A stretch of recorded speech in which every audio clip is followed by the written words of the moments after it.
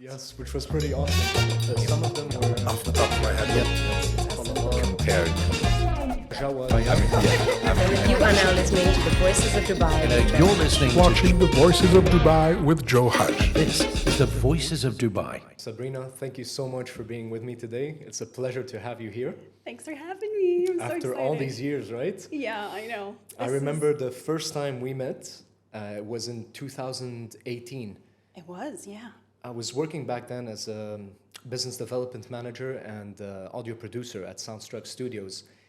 And I remember one of our clients chose you as their English voiceover for a series of animation videos in Yes, English. And that was for Johnson & For Johnson. Johnson & Johnson, that's right, yeah. We've come a long way since then. God, yes. And I've had the pleasure of working with you on so many other projects throughout the years, including like till today. Yes, it's true. And do you remember we worked on that super animation video for Dubai Expo? Yes. For Expo 2020. Yes. Yeah, I played the octopus and you played one of the creatures. Yes. Did you ever see that video? I didn't end up seeing the final video. That was recorded at Mango Jam Studios. A Mango right? Jam, Right. yeah. But I think because of COVID and everything was delayed, and I don't think it ever made its way out. But if ever you Unfortunately. get your hands on it, For sure. I'd for love sure. to see it. Yeah, I'll ask the guys at Mango Jam for that. Yes, please. So Sabrina, my first question for you, as we dive into this episode, is: do you remember your first project ever as a voiceover actress? Could you describe that experience for us and any emotions that came up while you were recording this project? Actually, yes, I do remember my first ever job. I'm going to say this. I started in VO pretty late in my life, maybe in my early 30s. That's when I really got into it. And this was back in 2011, I think. Yeah, right before I came to Dubai. A company called BrailleSoft hired me to do voiceover for a video game for the visually impaired. Wow. Yes, so a visually impaired person could actually play a video game being guided by my voice. That's amazing. Yes, and to this date, I've done many projects, I've done many big projects. This was a smaller project, it wasn't the biggest one. Sure. But by far the most rewarding one. How so? Like, could you share the recording process with us? How was the recording process It was just organized? it was just in a small, low-budget studio in Montreal. Okay. Yeah. Okay. Just a simple microphone. I had all my lines in front of me, a little booth. The whole recording took maybe 3 hours. Wow. But just knowing that someone that can't see could play a video game being guided by my voice, I mean, come on. It's something, right? Yeah. To be able to, well, to be of service Exactly. to anyone. To help someone. Yeah, to help someone. That's amazing. Do you still have a copy of this project? I don't, no. Wow. No. Neither from the production house and. No, Oh, that's a I've shame. never seen it. No, Yeah, and that's to too be bad. honest, I remember the name of the company was BrailleSoft, but the name of the video game, I know they've gone to do many others, but yeah, that was my first one. It was so exciting. Wow. Yeah. And how did you get the role? I mean, did you send out your demos to multiple studios in Canada? It was in Canada, right? I did. Yeah, my Okay. agent at the time got me the job. Okay. Yeah, Awesome. So yes. was it through a union? No, actually, I was non-union at that time, Okay. and I was able to do non-union work. Nice. So yeah. Nice. That's Yes. amazing. Yeah. So, in what ways do you think your career in acting and modeling affected your voiceover career? I come from a theater background. I graduated from John Abbott College in Montreal Nice. from a 3-year theater program. Yeah. And then I moved on to film and TV. Then I moved on to lifestyle modeling, which I still do today. I've tapped into dance. I did ballet a lot when I was younger. Oh, nice. Yes, and all of this are art forms. All of these platforms are art forms. Theater taught me about improv, taught me about voice control, enunciation, all important Absolutely. as a VO. Absolutely. Film and TV, all about character development, all about script analysis, very important. Also being directed taking criticism, Sure. taking direction. Sure. We all know as VOs that is super important when you're doing a live recorded session. It is. Yeah, It is. yeah. And lifestyle modeling, I have to say, probably just the movement aspect of it, losing my inhibitions, being vulnerable. That's important when you're doing animation, let's say. You need Yeah. to be very physical in the booth. So all this together are just skills that were added to my VO toolbox, if you want. Yeah, makes sense. Yeah, and I still use all of them today. Every time I'm in a recording session, I think about Nice. all my past experiences. Yeah. That's awesome. Yes. So you just mentioned something about being able to express yourself freely, especially for animation work where you're portraying cartoon characters. Yeah, it's my favorite. So what kind of methods, if you will, did you use during the recording we did for Expo together? Oh, well, Were you animated in the booth? yes, and like, I was. Yeah. Yeah. I mean, I saw her. She was purple. She was this big purple octopus. Yeah. And I just saw her with a slight southern accent, and she was very motherly. You know, she was taking care of kids. Yeah, So, of yeah. course, she had to be nurturing and motherly. Sure, so I went sure. in that direction. Yeah. Nice, I nice. just get inspired by first the image and who is the character speaking to. Sure. Yeah. And she was speaking to kids. So, Yeah. So so I when went you with know that. when you know your target audience, it's is it easier for you to modify your delivery, your tone, your Absolutely.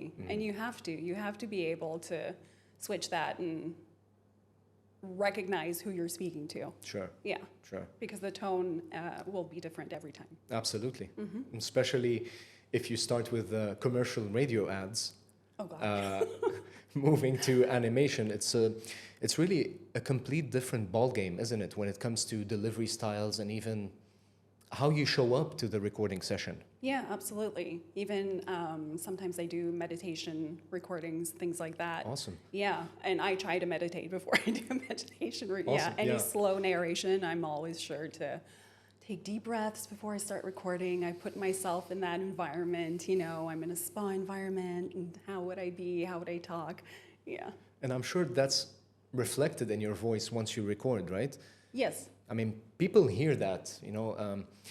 Let's say if you're calling someone and you're angry, your anger will be picked up by that person on the end of the phone call. Oh, absolutely. On the other end. Absolutely. And same as for a smile, you know, if you say something with a smile, then you can kind of hear that smile How even if many you're not seeing times that have person. we heard that during a recording? Yes. Can you smile while you're saying it? Absolutely. It never gets old. It never gets old, but it actually works. It does. Yeah, It it does. actually works. It Yeah, does. you look ridiculous while you're recording. You're like, hey, but it works. It really does.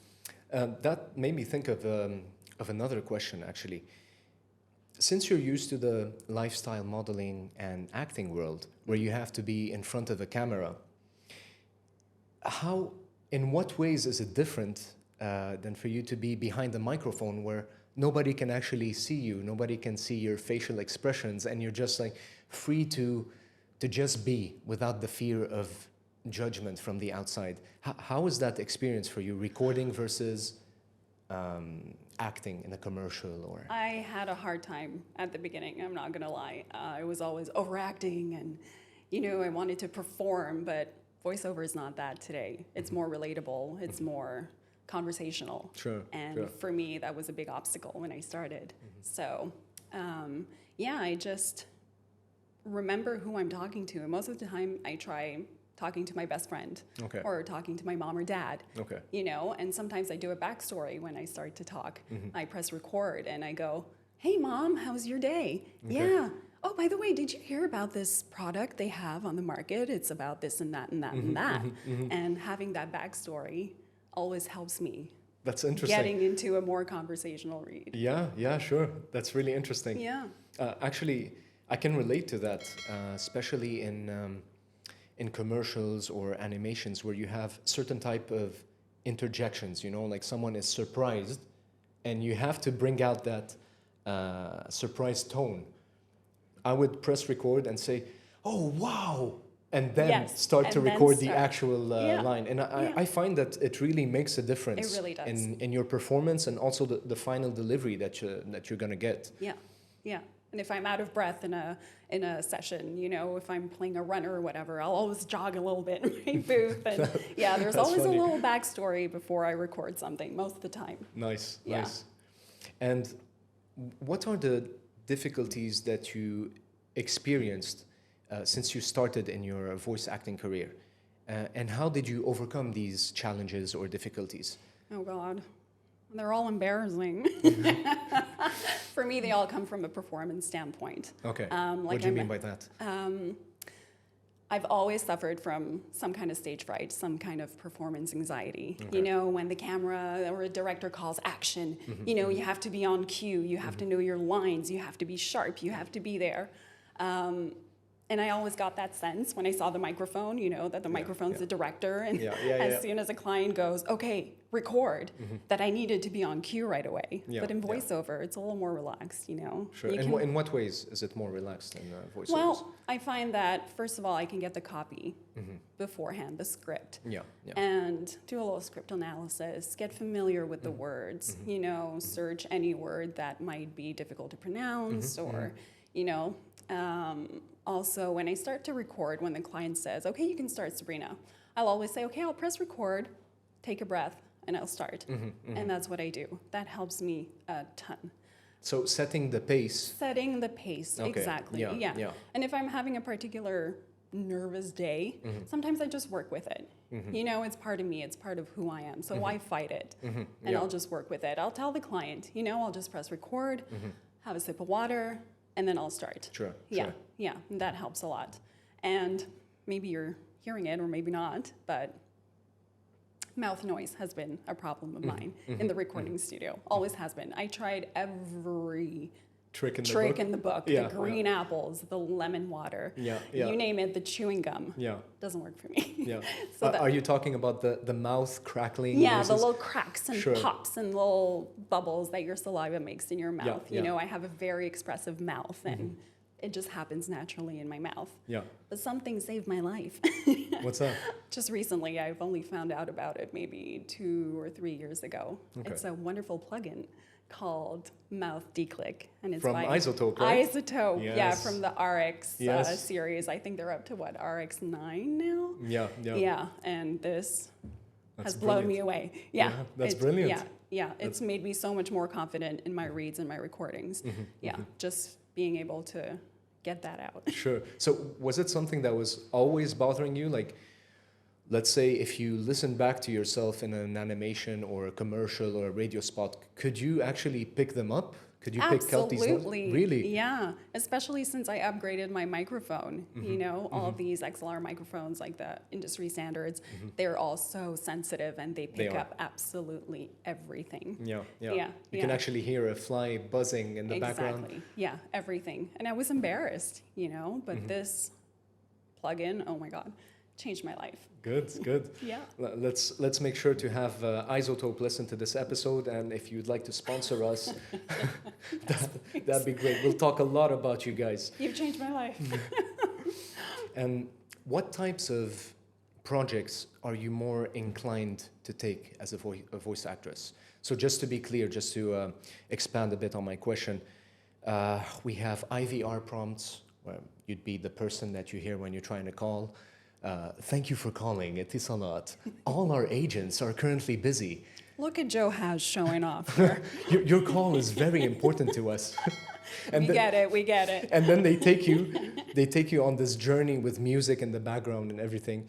So, okay, we range from IVR phone prompts to radio commercials to YouTube bumpers and everything in between, up to cartoon animation, etc., etc. You just said it. Which of these projects are you more inclined to choose, and why? It's weird because the projects I like the most are complete opposites. Okay. I'm a performer at heart. I love performing. I love doing voices, doing accents, doing dialects, and animation and cartoons. By far is my favorite thing to do. Okay. I have such fond memories of when I was a child. On Saturday mornings, I would sit in front of the TV with my brother eating cereal and watching all the cartoons, and this was my favorite time Would of the you week. imitate? I would imitate, yeah, that's how my English got better, and because I'm French Canadian, everyone, if you didn't know. French is my mother tongue. But yeah, I would imitate, and it would just excite me, it would light me up, it would fuel some kind of passion and light inside of me. And if I can do that for a kid, knowing that a kid will be in front of TV on a Saturday morning eating cereal and listening to me making voices, I mean, come on. It's such a powerful emotional connection for you. It really is. Yeah, it makes me sentimental just talking about it, but I just find it so much fun. So much fun, and I think I'm good at it. And the other ones is slow narrations. Like Just- corporate narrations or? Corporate narrations, soothing, slow, meditative kind of narrations. It brings you to the beach. It brings you to the spa. That kind of, yeah. Immersive experience. Exactly. Something that just conveys emotion and takes you to where I'm talking about whatever project. I could be talking about a resort on the beach. Yeah. And, And would you visualize yourself at the beach or at this resort? Absolutely, Yeah? you have to. Yeah, you have to. Don't you do that when you do these kinds of voiceovers? Well, it depends because lately most of my projects were focused around radio spots. So as you well know, radio spots typically require a more upbeat announcer type of delivery. For other projects, like corporate reads or corporate narrations, then that's a different ballgame because most of the time you're talking about more technical stuff. Like for example, if you're narrating for a big industry, then you'd have these technical terms inside the script. Right. That you really need to enunciate properly, like you mentioned earlier, and really take your time in conveying that information in the best way possible. Yeah. But I know you're the voice of Nespresso. So when you do a voice for Nespresso, do you imagine yourself brewing that coffee and the aromas, coming into your nose, and you're sitting there and you're enjoying your coffee? And I hear that in your voice when I hear your commercial. do? I do, yeah. That's so interesting. Yeah. Well, I've had the honor to record for Nespresso for the last, since 2018. And it's funny because in each project, they have a different video. In one of them, there was George Clooney dressed up in a suit. And like, he's a very elegant man. Yeah. And going to reach for his small espresso, double espresso, whatever it is. And I could picture myself having that coffee. I'm an espresso guy, like all the way. Americanos or lattes are not really my thing. So if you can imagine tasting the coffee, then I think, like you said, it puts you in a state before you start recording where you're more able to deliver your message effectively. Yes, and it will be just more authentic as Absolutely. well. Yeah. Absolutely. Yeah. So we both know that technology has evolved over the years, like exponentially, right? It really has. We started doing sessions in a studio environment. Clients would come to the studio, agencies would come to the studio as well, and you'd have a bunch of people sitting on couches and Staring at you and staring at intimidating you and giving you direction while you're Yeah. recording. That was the worst. I hated that. And since COVID, we've all experienced this shift in the industry. I mean, the entire world has experienced massive shifts. In our industry, technology has really evolved. And I wonder, how are you coping with these new editing softwares and recording techniques?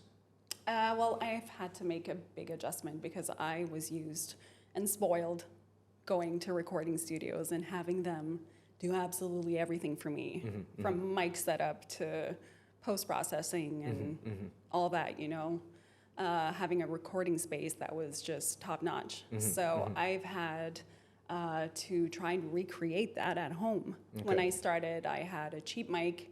I was recording out of my closet in a little blanket fort. Nice. I started with a pillow fort on my dining room table, and Then then you upgraded? I upgraded to a blanket fort Awesome. in my closet. And then finally during COVID, I said, this is ridiculous. I mean, most of the sessions we're having are at home. I need to up my game. So I ordered a little booth, and I think you have the same one at home. Yes, I yeah, do. Yeah, and I jazzed it up. I put some foam in it and some blankets, and I got a better mic, upgraded all my software. I got all of the softwares. I got Zoom, I got Google Meets, because you never know what the client is going to use. So Sure. make sure you have them and make sure they're working. And I've noticed since I've upgraded my space, I've had to use a lot less post-processing, Okay. a lot less editing, because that's really where it starts, right? Yes, at the source, at the At recording. the source, yes. I mean, the recording space is really your weakest link, and you need to make it good. So that was my first point of attack, if you want. Awesome. To get a really quiet recording space without any reverb, without any echo. It was a challenge, but I think I got there, because clients are calling me to record at home, and I'm always at home, and I'm like, please let me come into the studio since we can finally go back to studios. Yes, and they're like, yes. no, stay home and do it from home. Yeah, remote recording is fine. Yeah, remote recording all the time. And I'm like, Yeah. oh, okay, fine. Yeah. At least I save on gas. Sure. Yeah. And in a sense, it gives entrepreneurs like us the freedom to also choose how we want to manage our time. Absolutely. And how That's we want wonderful. to spread our activities throughout the days, right? Yeah. Have you found that to be beneficial for you as a person, to have that freedom to control your own schedule? Oh, absolutely. Absolutely. I'm not a 9-to-5 kind of girl. I like to have flexibility. You know, like I said, I do other things. I do acting. I work in Montreal still. So I need that flexibility. I need Sure. to be able to say, no, I'm not available from this date to this date, but I'll be bringing some equipment. I can still audition if I'm in Montreal. You know, it's a very flexible schedule. It's very, how can I say? I can bring my equipment anywhere and work from anywhere in the world, which is absolutely incredible. Yeah, it's very rewarding, isn't it? It is, yeah. To Yeah. know that even though you might be going on, let's say you have a 2-week vacation back in Montreal, that's very far away from here, knowing that you're still able to take on jobs that are Dubai-based is pretty wonderful. I mean, It is. Well, I know that a lot of businesses now are working this way. So a lot of people are working from home. A lot of people are doing Zoom calls. I mean, it's not just in the VO world. I think there's been a switch definitely during COVID, and it's kind of become the new normal. yeah. Yeah. And what would you say are the disadvantages of this new normal, as opposed to going to studios in person and meeting all these people? Well, for me personally, it just puts more pressure on me. I'm not the best post editor there is. I've talked to a lot of sound engineers, and I'm very lucky. They've helped me a lot through my post editing journey. But yeah, for me, that's the biggest challenge. Knowing that I'm giving a studio quality sound to a client. They always seem happy, but I always have this little doubt. As if I was in a studio, I just record, and the engineer takes care of the rest. Sure. And I can go home with l'esprit tranquille, like we say in Yeah, French. yeah. With a clear mind. With a clear mind, With yeah. a clear mind. Yeah. Since you had to, learn these editing and recording techniques by yourself, were there any classes that you invested in, or like YouTube tutorials to teach yourself how to do that yourself? Yes, absolutely. There's been hundreds of YouTube tutorials that Awesome. have been watched in my home. Awesome. And Could you name a few just for our viewers? oh God, who did I watch? Oh, you're just putting me on the spot now. George the Tech is really Okay. one of my go-tos. He has great YouTube videos. Lenny B has great YouTube videos as well for post-editing. And also for my equipment. I mean, there's so many choices out there. Sure. And it doesn't mean that you have that $1,000 microphone that is going to sound good in your In your recording space. space. Exactly. Or for your voice. Or for your voice. Yeah. I know for a fact that the TLM 103, which is an industry standard, Yeah. sounds crap on my voice. I'm very sibilant. I have very high pitch, and that just It picks up, picks them up a up big all time. of that. Yeah, yeah. So not the best for me. Which mic do you use at the moment? I have a Sennheiser MKH416, which is a shotgun mic. Cool. And I think for my space, it's really the best because it really picks up what's coming out of your mouth and not the ambient surroundings. noise. Yeah. I did my best in my booth. I do have a street in front of me, Yeah. but you know, it's been treated, but still once in a while you hear a car going by. But the Sennheiser does a pretty good job at blocking that out. Yeah, yeah. Speaking of treating your room, so apart from the booth that you mentioned and how important it is to invest in yourself, really, if you want to take your voiceover career to the next level, I believe it's important to invest in yourself, not only in terms of equipment, but also in terms of courses, you know, to enunciate better, or Absolutely. like for you, acting classes. But also, I remember there was something you mentioned to me about a company called Mute. Yes. Yes. Could you tell us more about them? Of Like, course, what- I'll plug them. Yeah, Awesome. yeah, they did such a great job. It's a local company called mute.ae. That's their website. They're a company that comes graciously to your house wherever you are in the UAE. They will come to your house and analyze your space, and they give you recommendations. What do you need? Do you need foam? Do you need mass-loaded vinyl? You know, they'll say this is the best spot to record. Maybe not this window. We need to treat your window, and they do that for you. And if you accept what they suggest, they come to your house and do everything for you. And they did such an incredible job in my house. Awesome. Yeah, we're very privileged in our house. We have a maid's room. Okay. Yeah, and that's what I'm using as my studio, and we Perfect. transformed it completely. Yeah, Yeah. with the help of Mute. Yeah, that's perfect. Yeah. That's perfect. Actually, I can totally relate to that experience. I was living in a 2-bedroom apartment, and Right. we had an extra room that was essentially, well, it's called a maid's room. Like, people call it a maid's room. But they It's use just it for whatever. Yeah, and I used it for my own studio space. So I put that booth that we both have, which is, it's not very bulky, so you can essentially have it and have a desk. And it's Next super to it? easy to remove and It really is, reinstall, yeah, to yeah. install Yeah. and uninstall, it's really Yeah. easy. And yeah, I've had the privilege to use that room to be able to record remotely at any time, really. that's great. Yeah. That's really great. But unfortunately, I find it so sad that we don't have access to anything like a whisper room or studio bricks or things like that. Have you found any similar products here? I haven't. No, I haven't. I No. haven't. There are more expensive options that I'm considering for the future. Perhaps not immediately now, but there are more expensive options out there that's similar to studio bricks, Right. that really isolate the sound, and you're really in a box, essentially, a box inside the box, or a Yeah, room inside inside the a room. room. Yeah, that's what they always say. Yeah. Yeah. Yeah. It's great. Have you faced any challenges as a North American voice actress since you moved to Dubai? One, mainly, that there isn't a lot of work for Okay. for North American voiceovers. Okay. But it's pretty simple. It's right in your face. It's demographics. Okay. I mean, the UAE. What do you mean by that? The UAE is mainly Arabic, obviously, British, and Indian. Right? Do you agree? Yeah. Yeah. It's a vast And majority. Vast majority. So pretty much all you hear on the radio or on TV are Arabic, British, and Indian voiceovers. And I get it. I mean, if an Arab couple is in their car listening to a North American voiceover about whatever, it's not going to translate to them. It's not going to not resonate. relatable, you mean? Yeah, it's not relatable. It's not going to resonate with them. And I totally get it.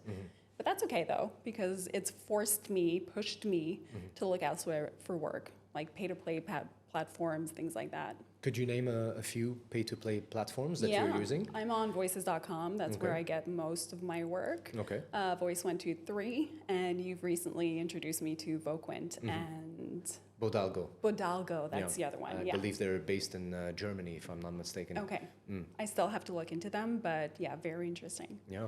In terms of, if you were to separate in terms of percentages, what percentage of jobs do you get from pay-to-play platforms or online platforms versus the percentage you get from jobs in Dubai? Oh, interesting question. I think it's pretty equal, really. Yeah. It really depends on the season. Like when it's back to school here, that's when I get most of my work. Sure. Yeah. There aren't a lot of Christmas commercials or holiday commercials as voiceovers here. But that's when I get most of my work on pay-to-play platforms. Yeah. When it's the holiday season. So yeah, it's pretty smack in the middle. Okay.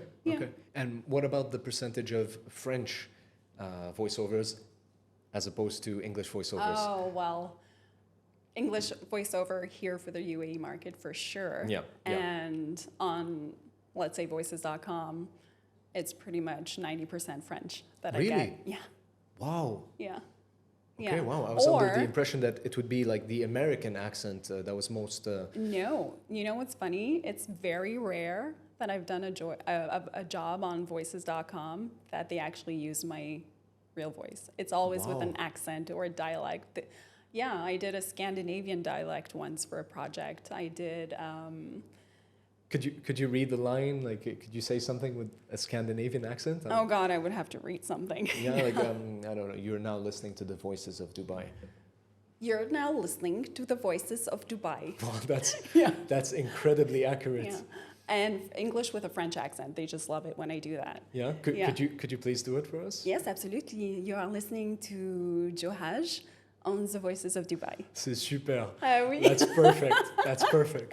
Yeah, so yeah, I think out of all the jobs I've gotten, I think I can only count 4 or 5 that they actually use my real voice. Okay, cool. Yeah. So you do a lot of accented English voiceover work. I do. That's where I shine. Cool. Yeah, cool. that's where I want to do cartoons and animation and all that. Awesome. Yeah. Awesome. AI technology has really advanced. Here we go. Yeah. As soon as you heard the word AI, you're like, oh boy. I'm like, oh boy. Here we go. It has really evolved to a point where it can actually clone voices. Yeah. I mean, you can pretty much get a Morgan Freeman voice for $10, $20, whatever it is. What are your thoughts on this development and its potential implications on people like us, on voice actors, voiceover actors? I think whatever I say, I'm going to ruffle a few feathers. That's for sure. Everyone has their own opinion. Everyone thinks differently of AI. Personally, my real opinion is that, first of all, I'm completely against AI stealing our voices and using them without consent. Without consent. That's a big problem, and it might be a big problem here in the UAE because we are not unionized. We don't have anyone looking after us. Yeah, no syndicates. No syndicates, no. So we'll have to be very vigilant and looking into what the clients are using our voices for and make sure the studios have common sense to be looking out for us as well. So yeah, that right off the bat is a big no-no for me. However, I do think there might be a place for AI, let's say for companies who have no budgets. If they're only using voices, an AI voice for something internal, that's only for like e-learning or something for their employees. Sure. I mean, that's fine. But in the real world, I think it's going to be very short-lived. Because, in what way? Well, you need that human factor. If you're watching a movie, if you're watching a holiday movie, if you're watching something, if you're listening to like something about loss or grief or whatever, you need that human factor. You need to be transported there. And I think AI just cannot. It doesn't cut it. It doesn't cut it, no. And I always think of my husband when we talk about AI because he has a lot of e-learning modules to do at home. Okay. And I always look at him and he's heavy breathing and he's like this, leaning on his counter. I'm like, what's wrong? And it's like, this is so boring and so monotonous. It's an AI voice. Okay. And he always says, if you were talking or someone else, a real person was talking, I'd be so much more inclined to pay attention and be Sure. motivated. More engaged. More engaged, exactly. So yes and no. AI might have its place, but not in the real world. Not for me anyhow. Yeah. Thank you for sharing your take on that. I have two more questions before we wrap this up. And so the first one is something I like to call the three truths. Okay? Suppose it's a hypothetical question. Suppose someone comes to you and that person wants advice on how to get into the voiceover industry. Okay. So based on your experience and your career, what would these three truths or pieces of advice be to that Only person? 3? Man. The top 3. Okay. One of them for sure, we talked about this before, is before you go out and you buy all the expensive equipment because so-and-so told you so, hold off and make sure you have a good recording space to use that equipment in. Because no matter how much money you're going to spend, if you don't have the right room to use your equipment in, it's going to sound like crap. Yeah. So clean up your space, make sure Clean you up have your an optimized space. Yes, with no ambient noise, no echoes, no reverb. You want to come into your space, clap your hands, and for it to sound Tight. tight. Yeah. No echo. No echo, nothing. Yeah, so that's a good trick. You know, do a little finger snap Yeah. or whatever, and you want it to be flat. That's pretty much the word that comes to mind. Yeah, yeah. So that's my first piece of advice. Awesome. The second would probably be try to find your niche pretty early on. Audition for as many projects as you can. Different styles, different, types, animation, whatever, and see where you shine. Because these will be the types of projects that clients will call you back for. Yeah. And third piece of advice would probably be to take care of your vocal cords. Okay. They're your instrument, they're your moneymaker. So do those vocal warm-ups. Do stretch your neck. Get a massage once in a while. Stay hydrated. And if you have a big job, try to not overuse your cords during the day. Learn breathing techniques. Do some tongue twisters. Because if you don't have your voice, you don't have a job. That's awesome. If Yeah. you don't have your voice, you don't have a job as a voiceover actor. Exactly, as a voiceover actor, yeah. It's your Very moneymaker. important. It's your business card. It's who you are. Absolutely. Yeah. So just to make sure I didn't miss out on a couple here, for advice number 3, take care of your vocal cords. You mentioned warm-ups, hydration, Yep. relaxation, breathing techniques, tongue twisters. Yes. Did I miss anything? No, that's about it, yeah. Cool. And there's tons of stuff on the internet. I mean, if you look at, tongue twisters on the internet, you'll have loads and loads and loads of pages that you Sure. can do and stretching and all of that. Yeah. Sure. Yeah. Awesome. The internet is your friend. Absolutely. Yes. Yeah, absolutely. So you've recorded for some of the biggest brands across the globe, Johnson & Johnson, Nivea, Expo City here in Dubai.